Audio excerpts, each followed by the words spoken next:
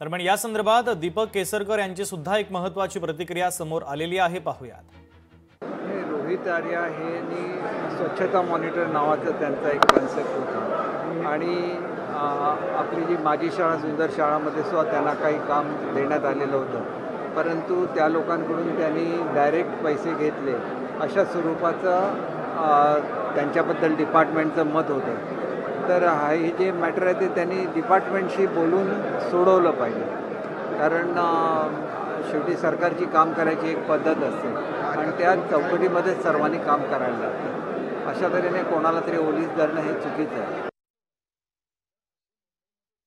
तर दीपक केसरकर यांनी सुद्धा या प्रकरणाच्या संदर्भातली प्रतिक्रिया दिलेली आहे। जो मुद्दा उपस्थित झालेला होता, त्यांना जे कंत्राट घेतलेलं होतं त्याचे पैसे त्याच्यापर्यंत पोहोचलेले नव्हते आणि त्यातून त्याने हे टोकाचं पाऊल उचलल्याचं बोललं जात होतं। या संदर्भात दीपक केसरकरांनी सुद्धा भूमिका स्पष्ट केलेली आहे।